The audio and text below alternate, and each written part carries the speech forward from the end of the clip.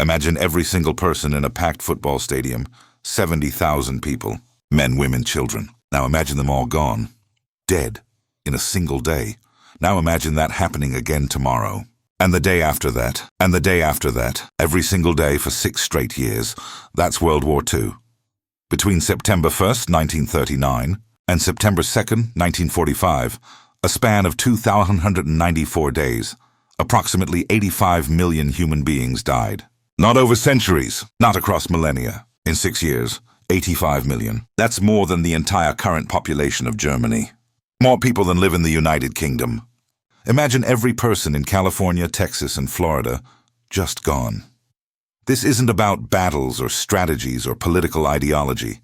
This is about the raw, incomprehensible human cost of the deadliest event in human history.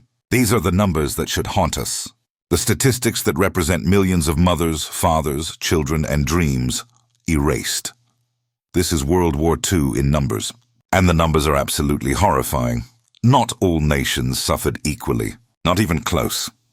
When Americans think of World War II, we remember Pearl Harbor's 2,403 dead, the beaches of Normandy, the island campaigns of the Pacific. The United States lost approximately 469 military personnel, a devastating toll that affected countless families and changed the nation forever. But that represents 0.32% of America's population. Now consider Poland. Of its pre-war population of 35 million, approximately 6 million died. 17% of the entire country. Nearly 1 in 5 Poles didn't survive the war. Imagine if 1 in 5 of everyone you know was dead within 6 years. The Soviet Union suffered even worse in absolute numbers, between 24 and 27 million total deaths. Read that again, 27 million people. That's more than the current population of Australia, New Zealand, and Norway combined. Of those 27 million Soviets, roughly 8 to 10 million were military deaths, soldiers who died fighting. But the remaining 17 to 20 million? Civilians, non-combatants, people who never held a weapon, never wore a uniform, never chose to be part of the war. They died anyway. Here's what most people don't realize. World War II killed more civilians than soldiers. Of the 85 million total deaths, approximately 21 to 25 million were military personnel, soldiers, sailors, airmen who signed up or were drafted to fight. The remaining 60 million were civilians. Let that sink in. 60 million people who were just trying to survive. They died in bombing raids. They starved in sieges. They were executed in mass shootings. They were gassed in concentration camps. They died of disease in ghettos. They were worked to death in labor camps. They froze. They burned. They simply disappeared. Their names lost to history. In China alone, 15 to 20 million civilians died during the war. The Japanese occupation was unspeakably brutal. The rape of Nanking saw 300,000 Chinese killed in weeks. Unit 731 conducted biological warfare experiments on living human subjects. Entire regions were subjected to the 3 alls policy: kill all, burn all, loot all. In the Soviet Union, the Nazis implemented a deliberate policy of extermination in occupied territories. The siege of Leningrad alone killed over 1 million civilians, most from starvation. People ate leather, wallpaper paste, pets, and worse.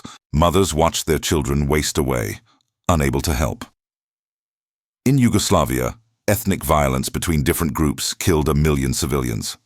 In Greece, hundreds of thousands starved under Axis occupation. In the Netherlands, the hunger winter of 1944-45 killed tens of thousands as people ate tulip bulbs to survive. The numbers become so large they lose meaning. So let's make it personal. Let's talk about single days, moments when the machinery of death operated at peak efficiency. March 9 to 10, 1945.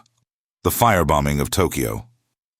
American B-29 bombers dropped incendiary bombs designed specifically to burn down a city built largely of wood and paper.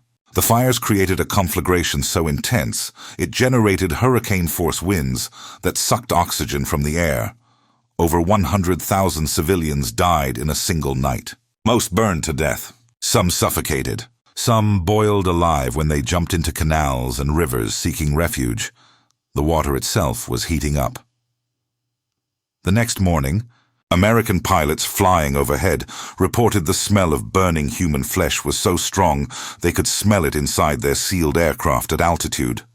100,000 people. One night, on August 6, 1945, at 8:15 a.m., the atomic bomb Little Boy detonated 1,900 feet above Hiroshima. Within seconds, 70,000 to 80,000 people were simply vaporized or killed instantly by the blast and heat. By the end of the year, radiation sickness and injuries had raised the toll to $140,000. 3 days later, Nagasaki, another 40,000 to 80,000 dead. These single moments, these snapshots of industrial-scale death, happened repeatedly throughout the war. Not just in Japan. In Germany, the firebombing of Dresden killed 25,000 to 35,000 in a single night. Hamburg's firestorm killed 37,000 in July 1943. The machinery of death became so efficient, so routine, that killing tens of thousands in hours became almost ordinary. And then there was the Holocaust, humanity's most organized attempt at genocide. 6 million Jews systematically murdered. Not in the chaos of battle, not as collateral damage, but deliberately, methodically, with industrial efficiency designed specifically to kill as many people as possible, as quickly as possible. At Auschwitz-Birkenau during peak operations, the gas chambers and crematoria could murder and dispose of 12,000 people per day. Per day. Trains arrived with thousands of Hungarian Jews who were told they were going to shower and delouse. Within 20 minutes of arrival, many were dead. Within hours, their bodies were burned and their belongings sorted for the Reich. The Nazis murdered Jews from every corner of Europe, 3 million from Poland, 1 to 1.5 million from the Soviet Union, 550,000 from Hungary, 300,000 from Romania, and on, community after community, family after family, simply erased. But the Holocaust killed more than Jews, the Roma people, gypsies. To the Nazis, lost 200,000 to 500,000 people with disabilities were murdered in euthanasia programs. 250,000 killed because they were deemed unworthy of life. Soviet prisoners of war. 3 million died in German captivity from starvation. Exposure and execution. Political prisoners, homosexuals, Jehovah's Witnesses, all targeted for extermination.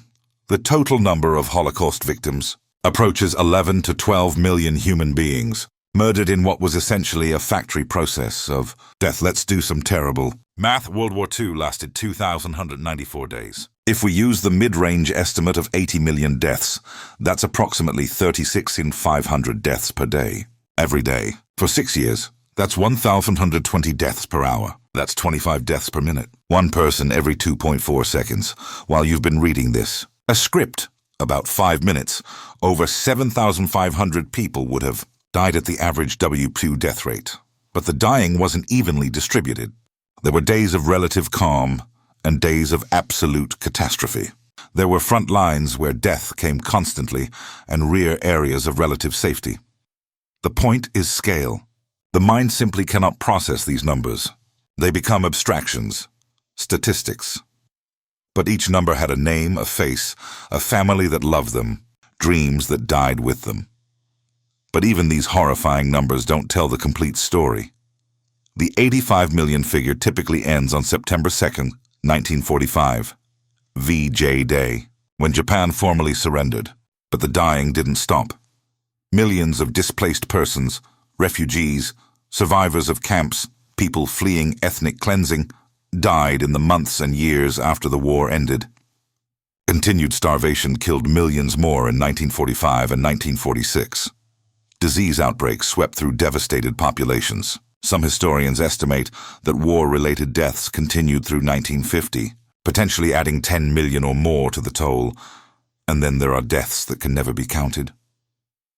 How many people died in remote Chinese villages with no records? How many Soviet citizens died in forests and fields, their bodies never recovered, their names never recorded? How many infants died at birth in concentration camps, never registered, never counted? The true number may never be known. 85 million might be conservative. The scale of death created demographic disasters that lasted generations. The Soviet Union lost so many men that there were significantly more women than men for decades after the war. An entire generation of Soviet women had no chance of marriage or children because there simply weren't enough men left alive. Some villages in Poland, Belarus, and Ukraine lost their entire populations, 100% casualties. These weren't military targets. They were just places where people lived until they didn't anymore. Countries had to rebuild with lost generations, entire age cohorts simply missing. The people who would have been teachers, doctors, artists, parents, leaders, they died at 18, 20, 25 years old. The world they might have built never existed. It's easy to say 85 million died and move on. The number is too big. It doesn't mean anything to our brains. So let's remember, that's 85 million individual people. Each one was somebody's child, someone who was born, took their first steps, said their first words, had parents who loved them. Many were parents themselves, leaving children orphaned. It's estimated that World War II created over 20 million orphans. They were husbands and wives, creating tens of millions of widows and widowers. They were teenagers who never got to grow up. Children who never got to be teenagers. Elderly people who survived decades only to die in a war they had nothing to do with. Behind every single one of those 85 million numbers is a story. A life that ended, a future that never happened, a family that grieved.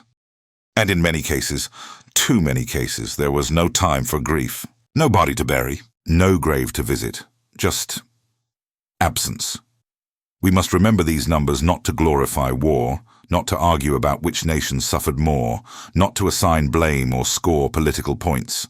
We remember because 85 million is not a statistic. It's a warning. It's a reminder of what we're capable of how quickly civilization can descend into barbarism, of how industrial efficiency applied to murder can kill on scales previously unimaginable. It's a reminder that the decisions of leaders to invade, to resist, to bomb, to fight are paid for in the lives of ordinary people who just wanted to live. Every single one of those 85 million people woke up one day not knowing it would be their last. They had plans, things they wanted to do, people they loved, and then they were gone. So the next time someone says war is the answer, remember the math. Remember that war isn't an abstraction. It's 85 million individual human deaths, each one a personal tragedy. World War II in numbers isn't just history. It's humanity's greatest warning label. This is what we're capable of. This is the cost. Let's make sure we never forget.